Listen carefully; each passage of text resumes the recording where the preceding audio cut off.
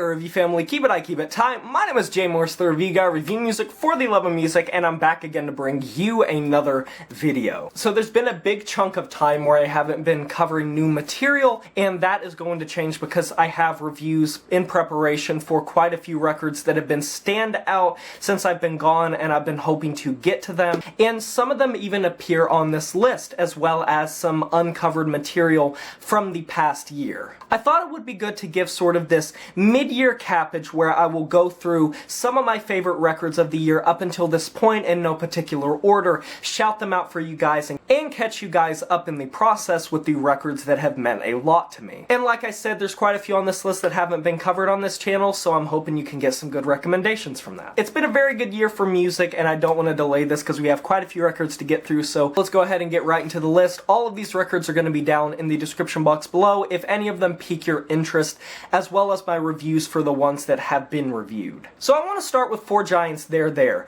This is a record that wasn't necessarily my favorite when the year started and when I first heard it, but it really grew on me as, in my opinion, my favorite instrumental-led record for anyone that enjoys records from bands like Animals as Leaders and Chon, these djent-influenced progressive metal odysseys that don't necessarily need vocals to get their point across. I think this is going to be right up your alley, and it's one that I've went back to for background music quite a lot. Gatecreeper with An Unexpected Reality. It lived up to its name, to say the least. This is a record that came out of left field, no one anticipated it, and it was more of this death grind and grindcore influenced record as opposed to their buff exterior that they had always had up until that point, which admittedly I had never been that big of a Gatecreeper fan prior to this record release, but this got me excited for the future of the band, and that's not something I could say with records like Deserted. And I think for people that aren't necessarily that big a fan of Gatecreeper, you might actually end up liking this record more than their prior material by a lot, because stylistically it is very different and diverges from what you've sort of come to expect from them. Saor's remastering of Guardians is fantastic. The production work on this folk-influenced black metal record, black and folk metal record, is wonderful. Saor almost stole my album of the year position the year that Swallow the Sun's record came out, and I have been following this project ever since, and I'm so glad that we're getting these remastered and retold and reproduced versions of these records that I think flew under a lot of people's radar, and to see them gaining more appreciation makes me very happy as a fan of this project. And if you want to taste test one of the records on this list, this would be one of the ones I suggest the most. While it's not brand spanking new material by any means, it still is amazing. Monniere's self-titled record is one that I think grind fans are going to enjoy, specifically fans of the Japanese grindcore scene, the extremely bombastic and frantic take on grindcore bands like Gridlink, and also just bands like sort of Discordance Axis, these extremely over-the-top high-kilter grindcore records that are Japanese-influenced or just Asian-influenced specifically. Japan's always had an amazing grind scene and noise grind scene, and this band lives up to that with a very, very heavy sound, a very fast sound, but a very intelligent sound and smartly written record that I do suggest. Ashpyx with Necroceros. This is another one that slid under a lot of people's radars, and I think wrongfully so. While it kind of feels a little cookie cutter at times, and admittedly the more death metal centered moments are some of the more lackluster sections, and it can feel like the doom metal moments are much more interesting in comparison, and sometimes it struggles with pacing and moving something along, I still think as a whole the record coming together is an awesome experience. Cerebral Rot with Excretion of Mortality. Holy crap, Cerebral Rot just continues to impress me by sort of leading this grouping of old school death metal resurgence bands. While I think they could have maybe taken a couple more risks on this record, and I will talk more about this record in length when I do a review of it, which I plan on, Cerebral Rot sort of can blend in with a lot of the other pack members nowadays, but that's not necessarily their fault. It's the fault of just the pile of bands that are doing the same style in sort of this resurgence period.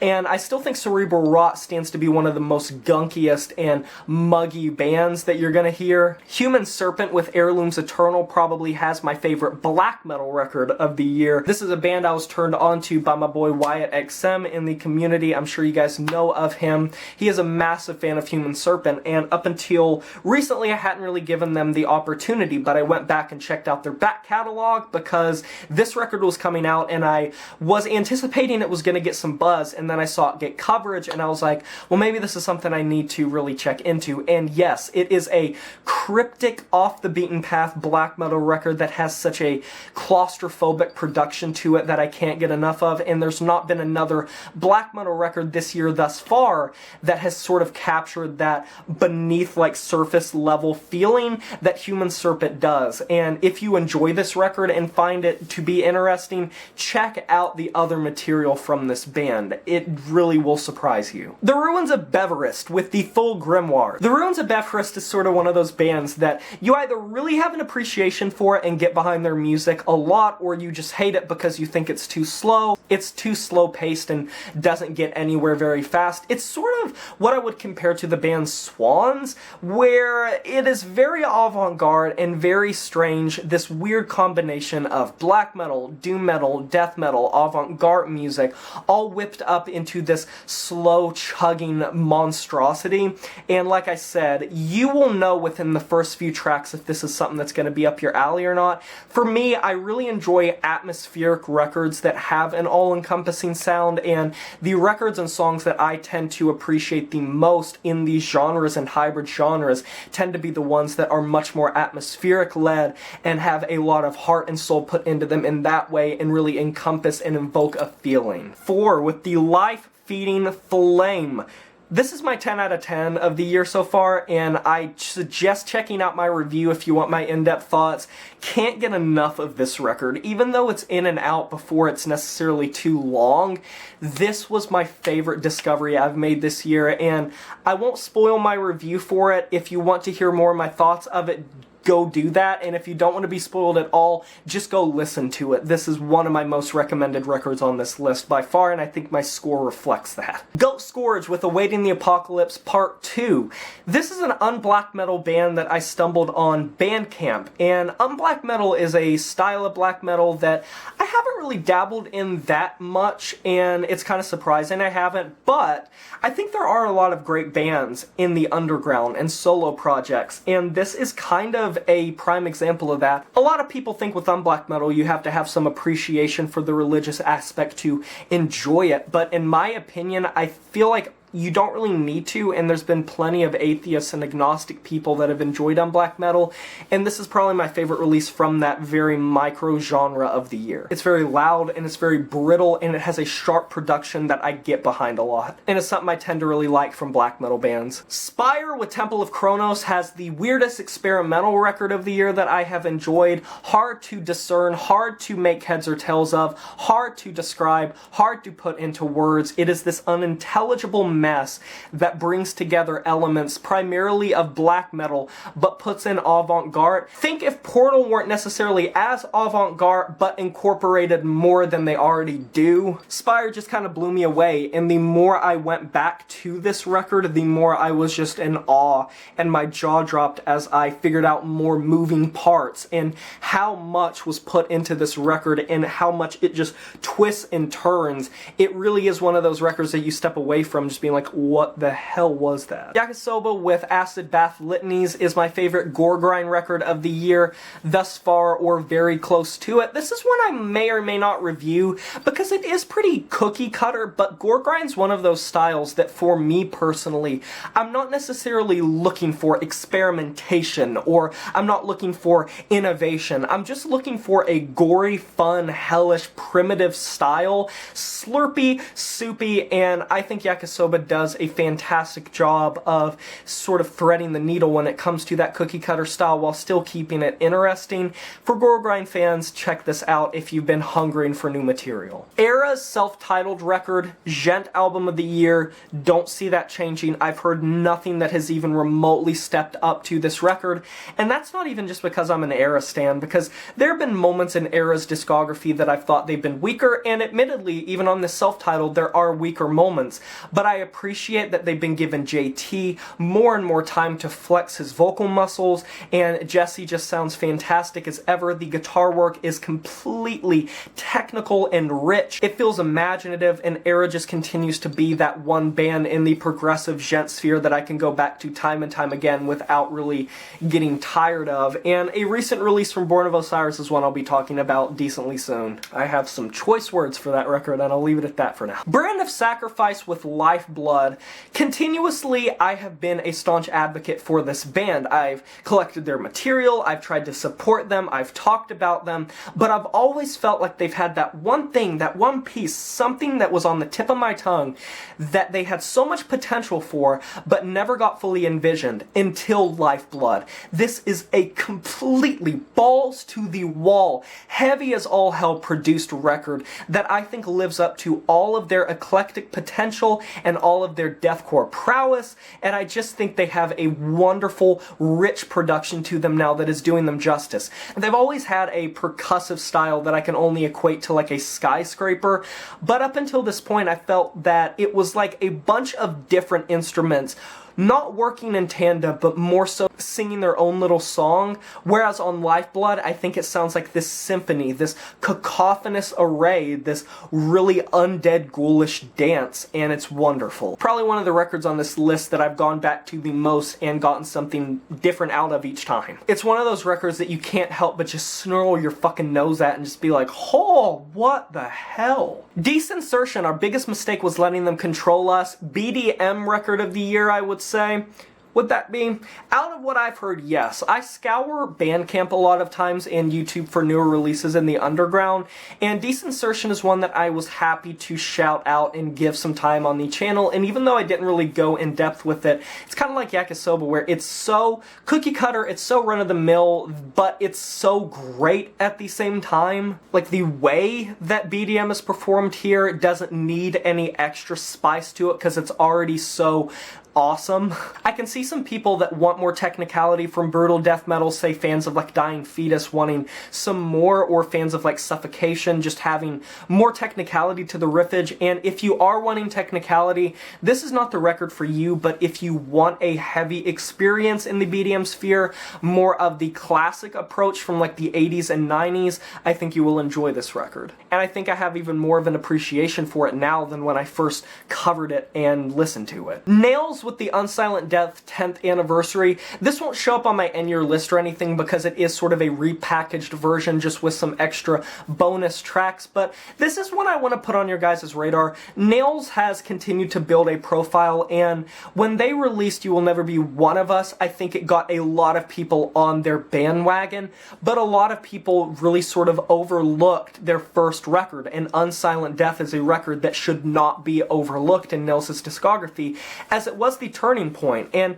even if it's not as technical or maybe well produced and bassy as later records, specifically You Will Never Be One of Us, it still is very much worth examining as a great starting point for their career, and when they were sort of more just meat and potatoes power violence. Pig Destroyer with Pornographers of Sound is the best produced live recording, live record that I've heard from New York City. When I listened to this, I was sort of going into it not expecting too much. Usually I don't cover live records because there's just so much to always cover, there's so much to talk about at length, so when there's a good live record I might put it on some people's radars, but I'm not going to go out of my way to say anything. But holy crap, you really feel like you're right there, and it is an amazing track listing, so many classic Pig Destroyer tracks, and I think they really paid homage to their own style and to their own discography by including tracks from so many different records and headspaces and performing them with such an energy that you can't really get from many live recordings when they sap the life out of it.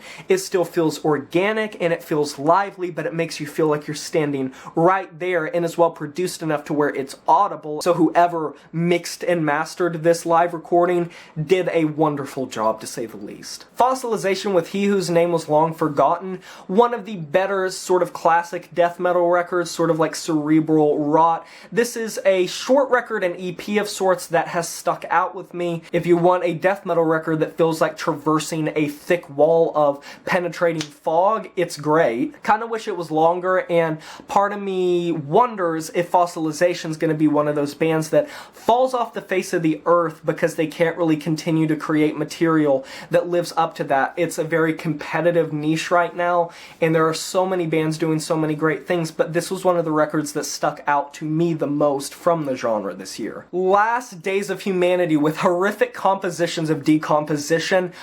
Best gore grind record next to Yakisoba, and it's hard for me to pick between the two.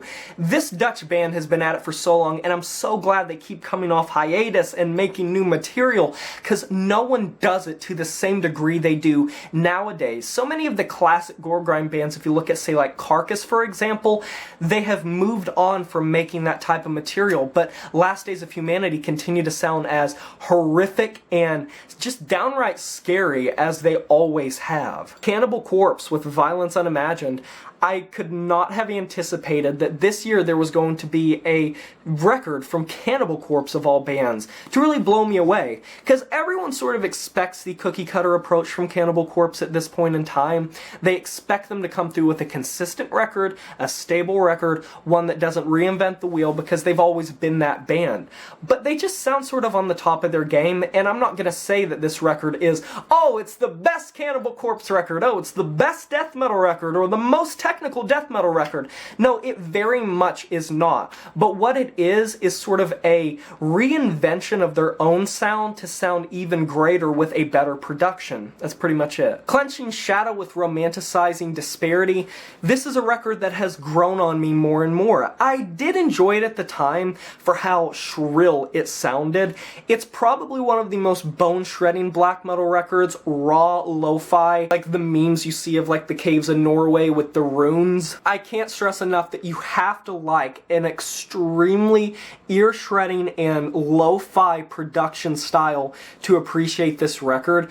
I've just continued to love it more and more ever since release. While there are a lot of moments I am not the biggest fan of, especially with pacing, even though it's not the longest record, I'd love to see the sound touched up a little bit to be a tad more audible. It still is really great. And my favorite lo-fi black metal record of the year thus far. And I think that's going to wrap up my thoughts of sort of my favorite records thus far this year. There's been others, but I don't want to make it go on even longer than it already is.